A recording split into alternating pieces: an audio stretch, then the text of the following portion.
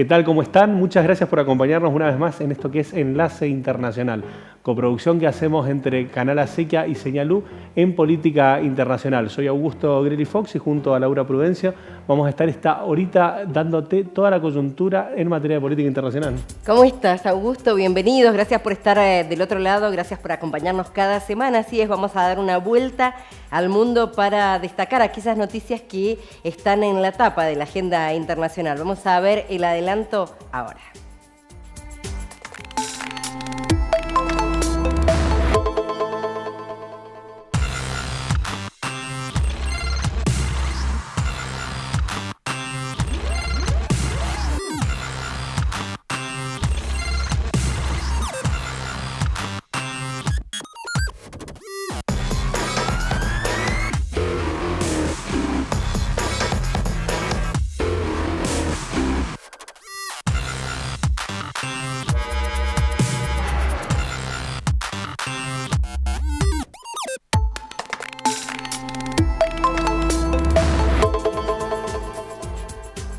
Ahora nos vamos a Irán justamente para analizar el aniversario de un año del asesinato de Mahsa Amini, esta ciudadana iraní que fue asesinada, está prácticamente demostrado, no admitido por los espacios de seguridad del gobierno iraní, justamente por no llevar, según las autoridades, bien colocada el pañuelo, el velo, exactamente. Sí, exactamente. Es una chica kurda de 22 años que, bueno, fue tomada por la seguridad especializada en esto, en cuidar el orden y, días después, horas después, terminó muerta. Esto generó un movimiento Mujer, Vida y Libertad. Vamos a compartir un informe de lo que ha sido este año y lo que ocurrió con las mujeres allí en Irán a partir de esta muerte.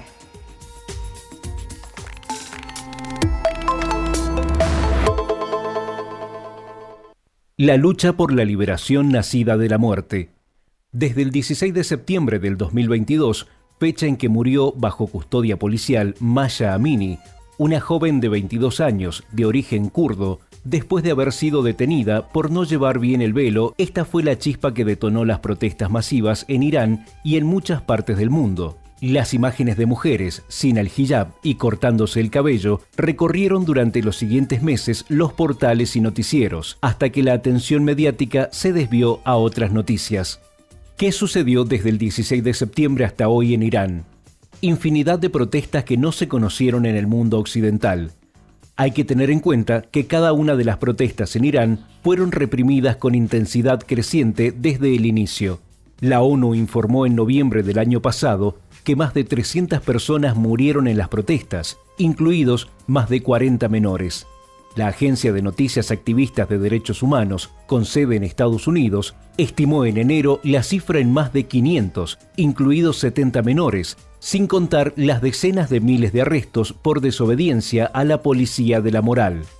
Desde hace un mes, las protestas en Teherán y otras ciudades del país comenzaron a intensificarse después del arresto del tío y el padre de Mahsa Amini y trasladado a un lugar desconocido. La consigna es la misma desde el inicio: mujeres, vida, libertad.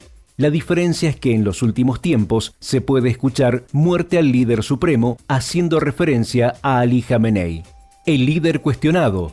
Ali Jamenei fue protagonista de la Revolución Islámica de 1979. Fue el presidente del país durante casi toda la guerra contra el Irak de Saddam Hussein. Fue un sucesor polémico del adorado Khomeini. Colaboró con Estados Unidos antes de que George Bush incluyera al país en su eje del mal. Firmó un acuerdo nuclear que luego rompió unilateralmente Donald Trump. Pocas veces desde que los ayatolás dirigen Irán se ha clamado en las calles por la destitución o muerte de un líder y el regreso de la monarquía. Ali Jamenei también está en esta parte de la historia de ese país. La policía moral. Desde mediados de julio la policía de la moral volvió a las calles de Irán. Su patrullaje fue suspendido durante 8 meses debido a la muerte de Mahsa Amini. Y todo parece indicar que volverán los arrestos si las mujeres no usan el hijab, lo que en Occidente conocemos como velo. Esto muestra que las autoridades morales del país no están dispuestas a cambiar los usos y costumbres impuestos a las mujeres. El 11 de febrero de 1979 se proclamó la República Islámica de Irán tras la Revolución Islámica. A partir de ese año se eliminó la monarquía y se instauró un gobierno con una constitución teocrática, regida por la Sharía o ley islámica que instaura un régimen estricto de conducta. La Policía de la Moral es un escuadrón oficial que busca el cumplimiento de la obediencia a la religión y la moral pública, según la ley islámica, y se justifica en el principio del Hizbah, un principio legal islámico interpretado como imponer la ley y evitar que se vicie. Esta organización policial primero apareció en Arabia Saudí con el Comité para la Promoción de la Virtud y la Prevención del Vicio en 1940 y comenzó a extenderse a otros países islámicos. La pregunta que queda después de tanta violencia y represión: ¿podrán Irán y buena parte del mundo islámico adoptar las nuevas costumbres y conductas?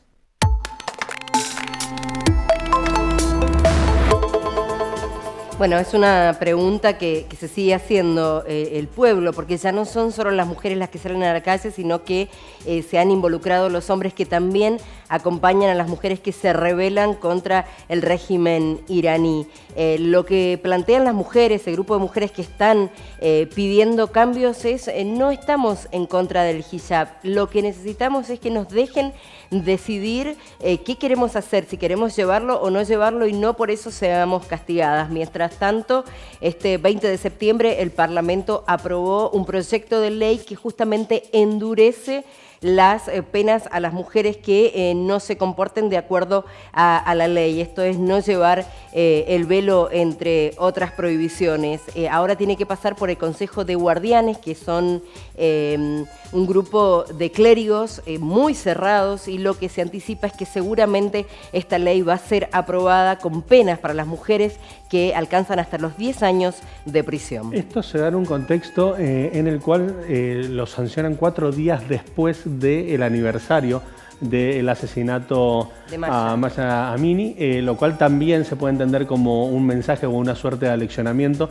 sobre todo entendiendo que las casas del padre y del tío de Mahsa han sido sitiadas y se le ha exigido que no haga ningún tipo de convocatoria ni de llamados para manifestaciones. Hoy por hoy se encuentra detenido el padre de Mahsa, y también hay que tener en cuenta que han existido votos en contra. De hecho, en esta suerte de votación que se hizo en el Congreso, fueron 150 votos a favor y 35 en contra. Sí, de todas maneras, bueno, lo que reiteran las mujeres, no solo las que están adentro de Irán y se atreven a salir a la calle sin el velo, sino mujeres de otras partes del mundo que están apoyando esta iniciativa, es que, bueno, justamente los medios y la población en general del mundo hable de esto. Dicen que hay mucha complicidad, incluso de los países que están enfrentados políticamente con Irán, que tienen acuerdos comerciales y que no hablan de estos temas que realmente son los que padece la población de ese país. Tema que vamos a seguir en lo inmediato, y te proponemos justamente comprometernos desde ahí, desde tratar de cada tanto tiempo comentar cuál es la situación, cuál es la parte de la lucha que se encuentra desarrollada en relación a lo que ha sido el asesinato de Mahsa Amini. Pero ahora nos vamos a Nueva York, que tenemos la referencia al 78 encuentro, Asamblea General de la ONU que se ha desarrollado, donde ya desde el 19 al 26 se plantea el desarrollo de esta. Pero ya han existido planteos muy interesantes, como ha sido el de Lula da Silva. Así es uno de los planteos más importantes, vino después del titular Guterres, su discurso, habló Lula da Silva. Han pasado ya varios presidentes en estos días de este encuentro número 78, como bien decís. Bueno, hay algunos temas en los que se repiten los discursos, tiene que ver con la situación de Venezuela, con la situación de Ucrania, también de Palestina. Hay temas a los que se le hace referencia y básicamente están planteados de antemano, como el cambio climático. Además de algunas críticas concretas al Fondo Monetario Internacional. Por ejemplo, también, pero bueno, hay un tema que ha estado ausente y que ha sido una crítica en esta reunión de la Organización de Naciones Unidas, que tiene que ver con lo que está sucediendo con los migrantes en Europa, específicamente los que llegan desde África, un tema que enseguida vamos a tratar en profundidad, pero bueno, es una crítica porque ninguno de los discursos hasta ahora de los mandatarios que han hablado ha hecho referencia a esta situación en la que miles de personas están atravesando situaciones dramáticas. Vemos las palabras de Alberto Fernández en lo que ha sido el encuentro.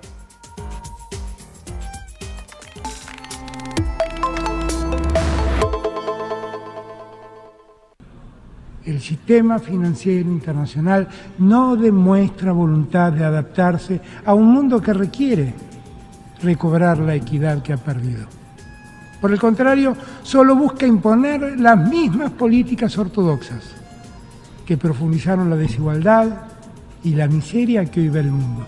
El Fondo Monetario Internacional no puede subir sus intereses cada vez que la Reserva Federal Americana sube sus tasas para contener la inflación de su país. No puede hacerlo, pero lo hace. Y en ese contexto, resulta vergonzoso que aún hoy apliquen sobrecargos a muchos países a los que ya se les vuelve insoportable cargar la mochila de la deuda externa. Estamos orgullosos de estas 4 décadas de democracia ininterrumpida, en los que la promoción y protección de los derechos humanos han sido parte fundamental del camino transitado. El desafío que tenemos por delante es consolidar y avanzar en la agenda de derechos, lo que significa lograr democracias con mayor equidad e igualdad entre su ciudadanía. Una vez más, instamos a la República Islámica de Irán a que coopere con las autoridades judiciales argentinas para poder avanzar en esa investigación del atentado contra la AMIA. Quiero reafirmar también los legítimos e imprescriptibles derechos de soberanía de la República Argentina sobre las Islas Malvinas, Georgias del Sur, Sándwiches del Sur y los espacios marítimos circundantes. Forman parte integrante del territorio nacional argentino y se encuentran ocupados ilegalmente por el Reino Unido desde hace casi 2 siglos.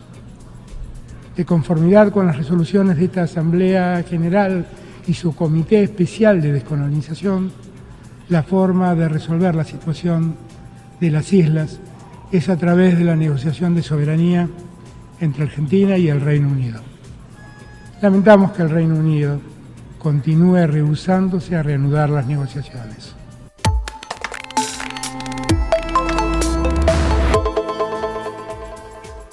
La Asamblea General de la ONU está en desarrollo, te repito lo que te comentaba, del 19 al 26 vamos a tener también una síntesis general de lo que ha representado. Ahí te comentábamos, te poníamos a disposición las referencias concretas que hacía el presidente Alberto Fernández en materia de derechos humanos, pidiéndole también colaboración a Irán y haciendo nuevamente un pedido por el diálogo en Malvinas. Es un pedido recurrente de todos los presidentes de la Argentina, indistintamente del color político, ¿no? El diálogo por Malvinas se repite pidiendo en todos los foros internacionales cada vez que se da la oportunidad justamente que Inglaterra se siente a hablar, a dialogar sobre Malvinas Argentinas. Pero vamos a cambiar de tema, vamos a hablar de Guatemala porque continúa allí la crisis política y social. En los últimos días se vienen dando una serie de protestas en las calles, incluso con cortes de ruta por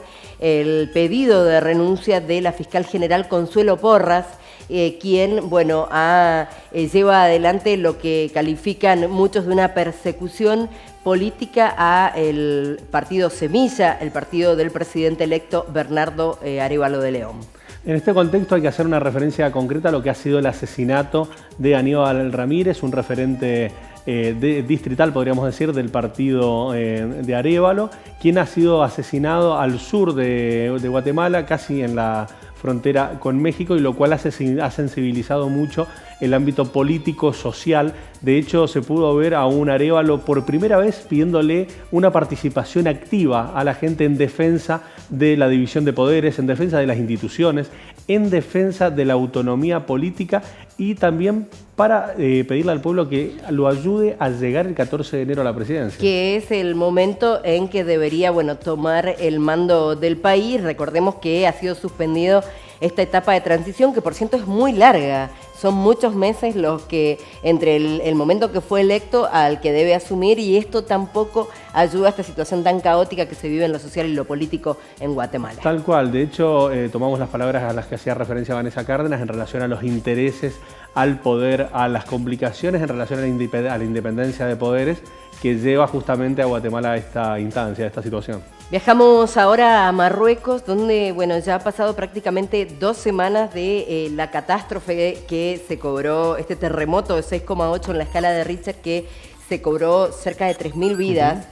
Hay 5.000 heridos, pero bueno, la situación hoy sigue siendo dramática. Totalmente, es muy delicada, sobre todo entendiendo la falta de infraestructura que existe en la zona donde se ha profundizado los daños por este terremoto. Se ha pedido colaboración a organismos internacionales. De hecho, ha existido un planteo por parte de la Luna Roja. O sea, nosotros estamos acostumbrados al concepto de la Cruz Roja. Bueno, en este caso es la Media Luna Roja, quien institucionalmente ha planteado una situación muy delicada y ha pedido colaboración a los distintos actores, sobre todo entendiendo también las complicaciones y las dificultades para lo que es la logística en esa zona. Sí, es una zona de montañas donde es muy difícil el acceso. Hubo protestas en estos días en Marruecos justamente porque el pueblo entiende que el gobierno no actuó. Recién Mohamed VI, el rey de Marruecos, apareció públicamente 4 días después del terremoto. Falta asistencia. En las últimas horas el rey ha anunciado que va a haber una importante cantidad de dinero que va a llegar para asistir a las víctimas. La preocupación tiene que ver porque termina la época de calor con temperaturas de hasta 30 grados en estos momentos, que teniendo en cuenta la cantidad de cadáveres que aún no han sido rescatados, bueno, puede generar enfermedades, pero además viene la época de mucho frío y esto puede afectar a esta cantidad, a estos miles de personas que se quedaron sin vivienda y en una situación realmente de la pérdida de todo, absolutamente todo, porque es una zona de trabajo con lo que tiene que ver con lo agrario, con el ganado, y bueno, prácticamente lo han perdido todo. Bueno, y en este marco de situaciones hipercomplejas tenemos la obligación de hacer referencia a lo que se está dando en Libia, donde en base a las inundaciones que se han generado, la cantidad de víctimas ha seguido creciendo. Es muy delicado poder tomar datos reales en relación a quiénes son los que los aportan. Hay actores que están hablando de más de 10.000, hay organismos e instituciones nacionales que hablan de alrededor de 3.500, pero también hay organizaciones internacionales que plantean que pueden llegar a 20.000. Sí, y lo que sucede por estas horas tiene que ver con que, bueno, recordemos que Derna fue afectada, la ciudad más afectada por la rotura de 2 presas. Lo que se ha sabido es que había reclamos desde hace por lo menos 20 años que estas construcciones tenían un debilitamiento. Nunca se les planteó reformarlas, reconstruirlas. Bueno, muchos especialistas habían planteado que ante una situación como la que sucedió podían estas presas romperse y lamentablemente fue lo que sucedió. Hay 2 presas más en una situación endeble y temen que, bueno, que esto se pueda agravar justamente por esas 2 presas en muy mala situación de su construcción. En lo inmediato lo que se espera es que exista una responsabilidad concreta por parte del gobierno a la hora de acompañar la situación que se está viviendo, entendiendo sobre todo que la cantidad de familias que han quedado golpeadas. Por otro lado, en lo inmediato ya se empezará a determinar de quiénes son las responsabilidades y seguramente se va a pedir un accionar inmediato, primero para dar garantías de que la infraestructura que existe hoy no sea un riesgo para la ciudadanía y después para lo que va a ser una larga reconstrucción de una Libia que no le da, no le da amparo el tiempo, en el sentido de que viene recibiendo golpe tras golpe, ¿no? Sí, y también la situación política, porque como decíamos, la gente reclama y ha empezado también de parte del gobierno a tratar de evitar a la fuerza esos reclamos de la gente, y también se teme justamente por la situación de los ciudadanos ante un gobierno no democrático. Exacto, exacto. Pero bueno, ahora no te vayas, quédate ahí que en el próximo bloque vamos a analizar en profundidad los 30 años del Acuerdo de Oslo. Te vamos a contar qué fue lo que representó en su momento, cómo evolucionó y en qué situación se encuentra hoy. No te vayas.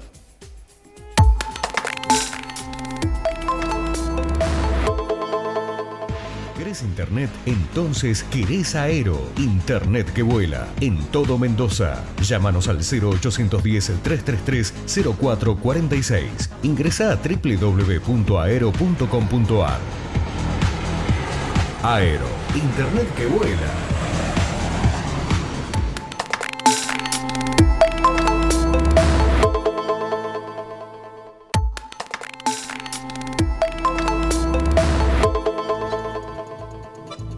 Y se cumplen 30 años del Acuerdo de Oslo, recordemos una serie de acuerdos entre la Organización para la Liberación de Palestina e Israel, habían sido convocados por los Estados Unidos, de hecho se firmaron allí, justamente para terminar con las diferencias históricas que existen entre estos dos estados. Vamos a hablar con Ana Vanessa, que está allí del otro lado, y profundizar sobre este tema. Ana, ¿estás ahí? ¿Qué tal? Muy buen día, claro que sí, aquí estamos. ¿Qué tal, Ana Vanessa? ¿Cómo te va? Queríamos principalmente si podías hacer una referencia a qué representó, de qué se trató este acuerdo y cuáles eran los principales objetivos que representaron los acuerdos de Oslo.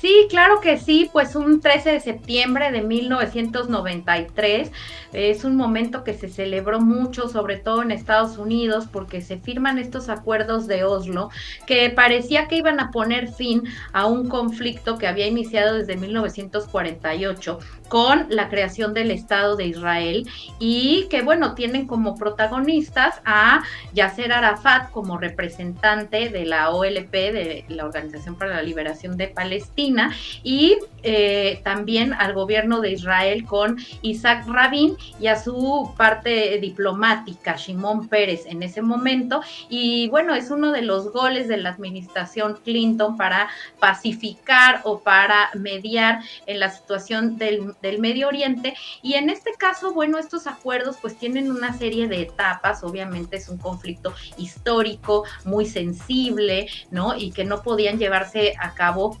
de una manera drástica y contundente en poco tiempo. Así que bueno, pues lo primero es un reconocimiento de la Autoridad Nacional Palestina. Después de estos acuerdos incluso, bueno, hay elecciones y se nombra a Yasser Arafat como presidente de la Autoridad Nacional Palestina. Y también esto abona al reconocimiento de Israel por parte de los países árabes, que bueno, siempre hubo esta idea de que lo único que quería era despojar de los territorios y no negociar, y con esto, bueno, también hay un cierto acercamiento, incluso para muchas personas los acuerdos de Oslo son un antecedente de los acuerdos que se hacen de Abraham, ¿no? En años posteriores, que acercan a Israel con otros países árabes.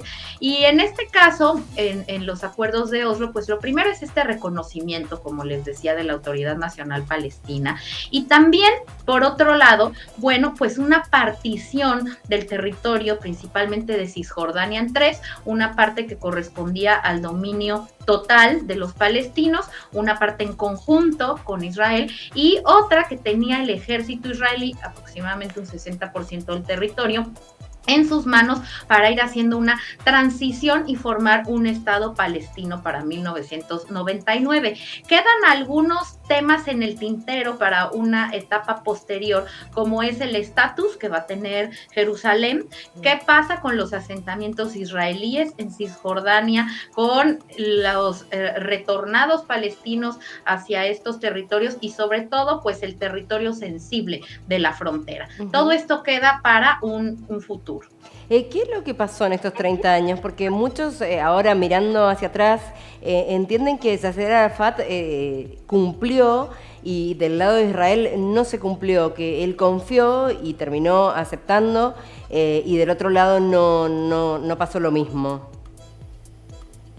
Sí, así es. Bueno, hay una serie de hechos que van a complicar la situación y lo primero es el asesinato justamente de Isaac Rabin, quien pues a su muerte queda Shimon Peres, ¿no? Que había estado además, había sido la contraparte diplomática de Israel en estos acuerdos, pero al nombrar ya a elecciones le gana Netanyahu. Y Netanyahu se sabe que estaba desde un principio en contra de estos acuerdos de Oslo. Eso va a ser un golpe muy importante y vamos a ver que ya acercándose en 1999 y el año 2000, pues tiene que haber una cierta conversación que se llevan a cabo en Camp Davis y donde hay un rompimiento total de estos acuerdos, por lo que pues tienen que seguir en una nueva intifada los palestinos para recuperar y presionar a Israel, que conforme van pasando los años no tan solo no cumple con estos acuerdos,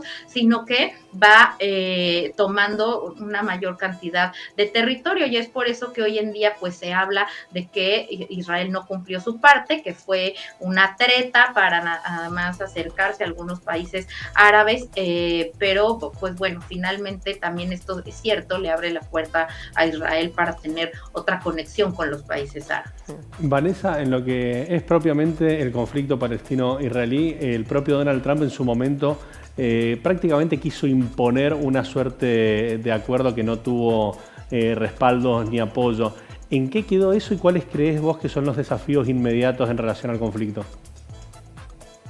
Desde luego, bueno, yo creo que dos eventos muy desafortunados para el cumplimiento fue esto, el asesinato de Isaac Rabin, y por otro lado la llegada de Donald Trump al poder, que no tan solo pues desconoce cualquier acuerdo, no solo esto, sino cualquier acuerdo multilateral, sino que además echa leña al fuego, de alguna manera exacerba el conflicto, reconociendo a Jerusalén como la capital de Israel y moviendo la embajada para allá, ¿no? Entonces eso pues de alguna manera va a agravar la situación y bueno, pues hasta el día de hoy seguimos pues con conflictos importantes, con una serie de ataques, de movilizaciones de tipo terroristas que se desprenden de este conflicto y apenas, bueno, hace un par de días estuvimos analizando la Asamblea de Naciones Unidas, los discursos, etcétera, y bueno, Palestina sigue estando sobre la mesa como un caso de abuso de derechos humanos. Muchos dirigentes latinoamericanos, entre ellos el presidente Petro, por ejemplo, Luis Arce, pues hablaron de reconocer este problema y abonar a la causa para que los palestinos pues puedan ver cristalizado el sueño de su territorio. Incluso, bueno, pues también los líderes de estos países se refirieron al conflicto. ¿Qué es lo que sucede a nivel internacional que cuesta una definición más taxativa, más puntual? Porque día a día vemos, bueno, ahora en las últimas horas hubo nuevamente muertes en enfrentamientos armados de palestinos, incluso un chico de 19 años murió en estos enfrentamientos donde la policía israelí directamente le disparó a la cabeza. Así es un problema, pues como dices, complejo, de una resolución además que seguramente no va a dejar contenta a ninguna de las partes. Y hay que hablar del gran poder simbólico que tiene, por ejemplo, Jerusalén, que es muy, muy difícil llegar a un acuerdo justo cuando están ahí los lugares santos de las tres principales religiones, ¿no? La judía, la musulmana y la cristiana. Y por otro lado, bueno, es una zona geoestratégica también para Estados Unidos, que tiene a su gran aliado Israel y que desde ahí pues puede operar en el Medio Oriente, que tiene pues recursos que le interesan y le interesan mucho, y por otra parte pues la contraparte de los países árabes que no quieren esta influencia de Occidente y que por lo tanto pues ven a Israel también como un enemigo, ¿no? Entonces hay una fuerte problemática en torno a un poder simbólico, un poder blando que es el que tiene Israel, y por otro lado también pues geoestratégica para los países del mundo occidental y del mundo árabe que entran en una disputa por estos territorios que va pues de varios años. Es muy complejo porque además también depende de las cercanías, y hemos visto que Trump con Netanyahu, bueno, pues más o menos llevaba una buena relación, pero hay otras relaciones que se han enfriado, como por ejemplo la de Israel con Barack Obama, ¿no? O incluso con Biden han tenido algunos roces, y eso también influye en el apoyo que se va generando a los acuerdos acuerdos. Hoy en día, por ejemplo, una de las cuestiones que está en el tintero, pues es el acercamiento y los acuerdos de paz que tengan entre Arabia Saudita e Israel. Se habla de que un buen acuerdo o un acercamiento importante entre estos dos países también podría distensar la situación de Palestina, que es a lo que hoy de alguna manera está apuntando el presidente Biden. Vanessa, te agradecemos muchísimo el análisis, la perspectiva, y la semana que viene nos encontramos de nuevo. Claro que sí, con muchísimo gusto siempre saludarlos a ustedes y al auditorio. Un abrazo. Con nosotros Chau, chau. Vanessa Cárdenas, politólogo internacionalista, bueno, ayudándonos a desandar un poquito lo que representan estos 30 años de los acuerdos de Oslo. Y vamos a cambiar de tema y vamos a hablar de los inmigrantes de África que ingresan a Europa por la isla de Lampedusa. Dramático lo que ha sucedido en los últimos días, donde hay intervención de la comunidad europea, pero bueno, no alcanzan a ponerse de acuerdo, una división muy fuerte entre la izquierda y la derecha para saber cuál es la solución justamente para darle a estos personas que llegan en situaciones muy lamentables. Muy delicadas, y de entender también por ahí, para introducirnos, que en la isla general, digamos, la cantidad de habitantes permanentes es de 6.000 y ya han llegado más de 10.000 migrantes, claro, exacto, desde África. Te ponemos la placa y hacemos referencia a esta crisis migratoria en Lampedusa. En todo 2022 llegaron 66.000 personas a Italia. En la última semana llegaron 8.500 personas y en lo que va del 2023 ya son 127.000. Es una cifra alarmante, teniendo en cuenta que son personas que quieren llegar como sea a Europa. Italia llevará el periodo de detención a 135 días. Eso es lo que está hoy. Intentan llevarlo ahora hasta 18 meses, es lo que han planteado. No ha salido esta idea precisamente desde el gobierno, sino justamente desde la oposición, que le está pidiendo que justamente endurezca las sanciones a quienes llegan, porque dicen no todos son refugiados políticos, hay mucha gente que no llega con esa impronta. Mientras tanto, Francia ha anunciado que no va a recibir a nuevos inmigrantes y este es el problema que se plantea por estas horas. En lo inmediato, a lo que hay que estar atento es a la posición, al punto de vista que planteen los organismos y también a la cooperación que se dé como Comunidad Europea. Hay que entender que la situación de Italia es delicada y sobre todo cuando aparecen posiciones como la de Francia, que son determinantes y no se planifican en comunidad con los 27 países miembros, se complica mucho más la situación aún. Es dolorosísimo ver, porque bueno, estamos hablando de los que llegan, pero hay mucha gente que lamentablemente pierde la vida en el camino, llegan incluso menores de edad que son llevados a estos centros para inmigrantes. Lo que sucede en Lampedusa por estos días es, como bien decías, es muy pequeño el lugar, han pedido a las autoridades, pero hace muchos años que no hay una ampliación de ese centro para migrantes y por estas horas se ve gente durmiendo en la calle, incluso niños que no reciben agua ni alimentos quizás en todo un día. Bueno, una situación dolorosísima para los habitantes de distintos países de África que llegan buscando una mejor calidad de vida que justamente sus países no los tienen. Va a ser clave seguir los próximos días de cerca la realidad que se desarrolle, justamente para ver cuál es la decisión política que toman para acompañar esta situación con medidas sanitarias y para poder encontrar una solución macro a un problema que lleva muchísimo tiempo. Ahora no te vayas, que nos queda mucho más en el próximo bloque de Enlace Internacional. Ya venimos.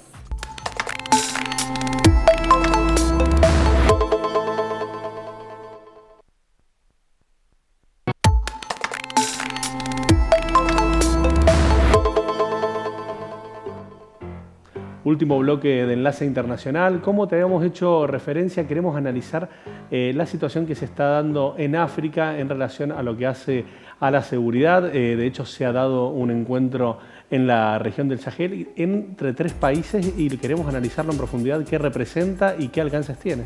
Sí, por eso vamos a comunicarnos con Carolina Ferraris. Ella es doctora en Historia y además docente de la Universidad Nacional de Cuyo. ¿Cómo estás, Carolina? Bienvenida.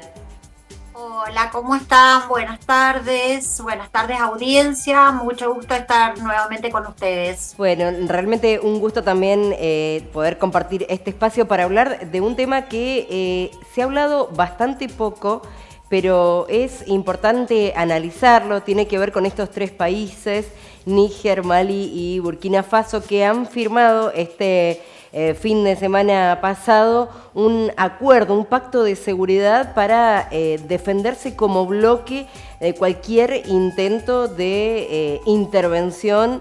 Y lo interesante tiene que ver con que son países que están dominados por grupos de militares que han tomado el poder, dejando de lado a los presidentes que han sido elegidos por el pueblo. Tienen muchas particularidades, por eso queríamos analizarlo contigo. Bueno, cómo no. Voy a tratar de ser lo más sintética posible, como hice la otra vez, y en todo caso dejarles un lugarcito para preguntas, porque como lo dije la vez pasada también, la problemática es compleja. Primero que nada voy a apartar un poquito esta mirada occidentalista de decir son tres países que han derrocado a sus presidentes elegidos democráticamente y están en manos de dictaduras militares. Sí, eso es cierto desde un lugar y desde un ángulo. Lo cierto es que esos presidentes anteriores, cuya, si bien hay una legitimidad democrática, pero digamos, también es discutible. Y es discutible sobre todo desde el punto de vista de la problemática de esos estados que, como dije, los tres que tienen una frontera común, por eso esta nueva alianza.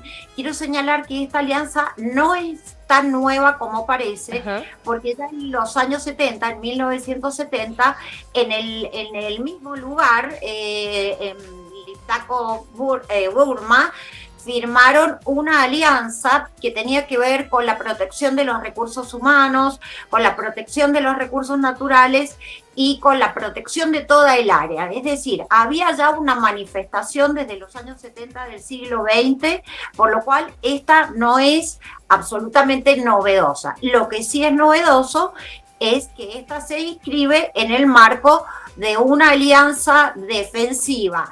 Primero, y se señala esto claramente, y está muy bueno que así sea, porque este, digamos, es el primer paraguas en contra de lo que se pueda señalar sobre esta alianza, es contra los problemas del terrorismo. O sea, yo no sé si ustedes lo recuerdan, pero la última vez que conversamos, yo señalé que había también, además de los problemas de los recursos naturales, etcétera, etcétera, había una problemática relacionada con el Estado Islámico, que en esa región de África se llama Boko Haram, y que a diferencia de lo que ha ocurrido con el Estado Islámico en Medio Oriente, que ha ido perdiendo fuerza, el califato, aquí ha ido cobrando fuerza.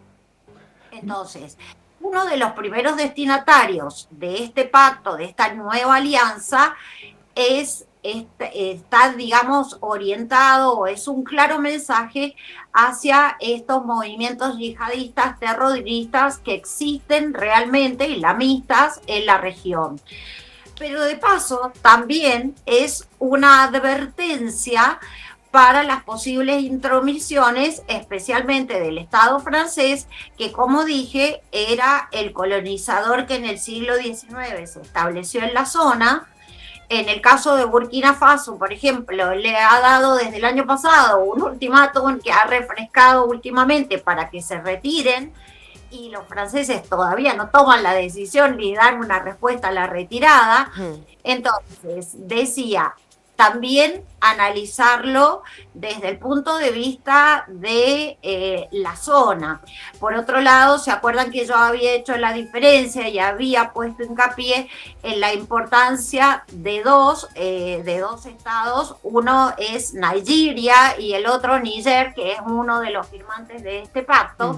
Bueno, Nigeria es, digamos, un poco el mascarón de proa de esa África occidental, en esta región occidental del África, que viene presionando a través de un organismo que se llama CEDAW, que es digamos, la pretensión que hace ya varios años que existe de una unión económica entre esa zona del África Occidental, pero que en este caso está presionando, por ejemplo, presionó y sigue presionando mucho a Níger para que se reincorpore y para que incorpore al depuesto presidente, pero bueno, vuelvo a repetir, es muy importante que tratemos de perder un poco la mirada occidentalista y la centremos en la problemática de estos estados cuyos, sí, es cierto, dictadores militares, pero es que en este caso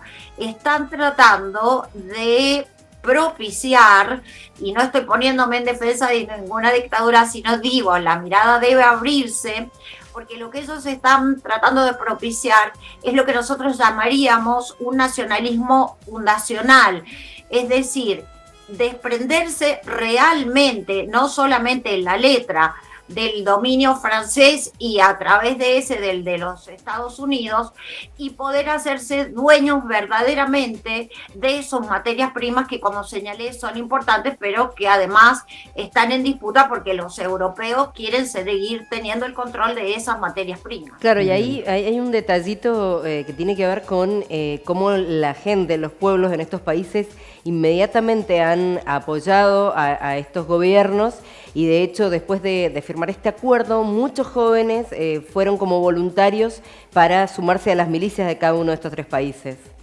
Exactamente, bueno, ahí con este ejemplo que vos estás dando, Laura, ves que se está reafirmando esto que yo señalo, que es la mirada occidentalista estaría representada en este momento fundamentalmente por una Francia ofendida, molesta y sobre todo con sus intereses muy afectados. Y detrás de Francia, por supuesto, los Estados Unidos, como siempre. Pero la cuestión es que vos bien lo señalás, el pueblo no está con esto, pero además esta cuestión popular tiene una incidencia con eso otro que señalé al principio, que es con la problemática del Estado Islámico, porque hay mucho de ese pueblo que desde que Boko Haram está operando en la zona, y más allá de que es un grupo terrorista y de que realmente provoca temor en la población, pero hay una cierta población que siente que ese grupo sí defiende los intereses de la región, a diferencia de lo que venían haciendo estos gobiernos hoy depuestos, que eran aliados y estaban, digamos, técnicamente en acuerdo con las propuestas, por decirlo livianamente, de Francia. Bien, Carolina, en relación a este eje, a este acuerdo que se ha propuesto por este eje, ¿hay algún posicionamiento en relación a la postura rusa en lo que es el conflicto de Ucrania y Rusia, o es absolutamente independiente? No, también, por supuesto, una cuestión que la otra vez no alcancé a señalar porque se nos iban los tiempos, pero si tengo un segundito digo, es... ya hace rato, es decir, sobre todo desde los golpes de Estado de Malí, de Burkina Faso, estaba también operando en la zona, o por lo menos tratando de operar un poco entre bambalinas, el grupo Wagner, este grupo cuyo líder Prigozhin acaba de morir, digamos, porque todavía no sabemos las circunstancias exactas, ni sé hasta dónde realmente eso se llegue a conocer. Pero el grupo Wagner también estaba operando en la zona en favor de estos sectores militares. Entonces, también tenemos, por un lado, las operaciones del grupo Wagner, que han recibido un fuerte golpe con la muerte de Prigozhin. Pero a su vez, y relacionado con lo que yo señalé también un poco la vez pasada, de que esta zona de alguna manera podía por lo menos suplir parte de las materias primas y sobre todo las materias energéticas que necesita Europa, porque las tiene, y en este caso le están faltando por la guerra entre Ucrania y Rusia. Y bueno, por supuesto que Rusia está metiendo una patita y ya hay declaraciones de su primer ministro y de sus ministros de Relaciones, de su ministro de Relaciones Exteriores, acerca de, por lo menos, digamos, una simpatía. En este momento Rusia está siendo bastante prudente con las declaraciones, pero indudablemente las declaraciones están en favor de estos grupos que han tomado el poder y, por supuesto, de alguna manera muestran las simpatías hacia esta nueva alianza que se ha gestado este fin de semana. Muy bien, Carolina, muchas gracias por este análisis tan interesante y tan profundo. Te agradecemos. Bueno, espero que haya quedado medianamente claro. Clarísimo. Dentro de cualquier otra cosa que quieren que ampliemos, por supuesto que aquí estamos, y obviamente señalar también que esto es ir siguiendo un poquito el día a día de estas noticias, sí, porque no medianamente brinda el análisis, pero bueno, la cuestión está sumamente movible en esa zona como en otras zonas de nuestro planeta. Muchas gracias, hasta luego.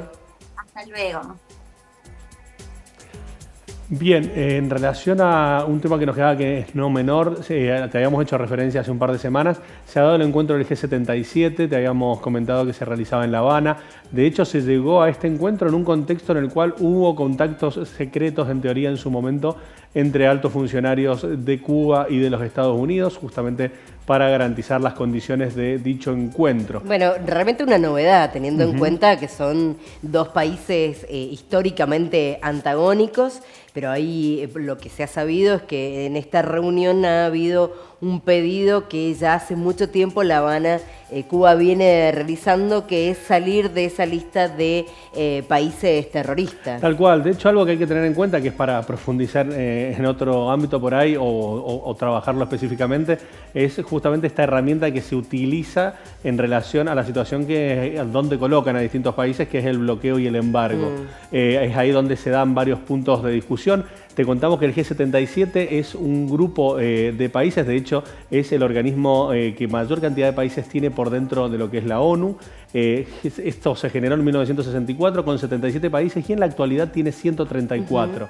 Interesantísimos los planteos, donde justamente se lleva a cabo una crítica a nivel global en relación a los sistemas financieros, a poder plantear otras órbitas de crecimiento y desarrollo, y es ahí donde principalmente se radicaron las diferentes discusiones en la materia, ¿no? Bueno, realmente interesante, porque lo que se ha sabido después de esta reunión que hacíamos mención entre funcionarios de Estados Unidos y de en Cuba, es que no se va a avanzar, por lo menos por el momento, en ese desbloqueo que había empezado, recordemos, durante el gobierno de Barack Obama, y que después durante el gobierno de Donald Trump se retrocedió en esa apertura que había hacia la isla. Bueno, había una promesa de Joe Biden llegado su gobierno, pero lo que han dicho los funcionarios estadounidenses es que a partir de las protestas que hubo en Cuba y lo que entienden fue, bueno, una acción desmedida del gobierno contra las personas que estaban protestando, no se va a avanzar en la posibilidad de estas aperturas para la isla. Lo que hay que tener en cuenta por ahí en relación a esta posición que ha planteado Estados Unidos y Cuba es que justamente en el gobierno de Barack Obama, históricamente en los gobiernos demócratas se ha dado mayor diálogo sobre esta situación. Hubo una apertura en la última parte de la gestión de Barack Obama, la cual repercutió mucho en el día a día, en la vida del cubano en relación a la quita sobre todo de esta lista negra. Pero bueno, todo se retrocedió ampliamente en la situación en relación a lo que fue la política exterior de Donald Trump, ¿no? Estamos llegando al final del programa. Un programa más. Bueno, te agradecemos muchísimo que nos hayas acompañado una vez más en esto que es Enlace Internacional desde Canal Acequia con Señal U. Nos encontramos la semana que viene. Chau.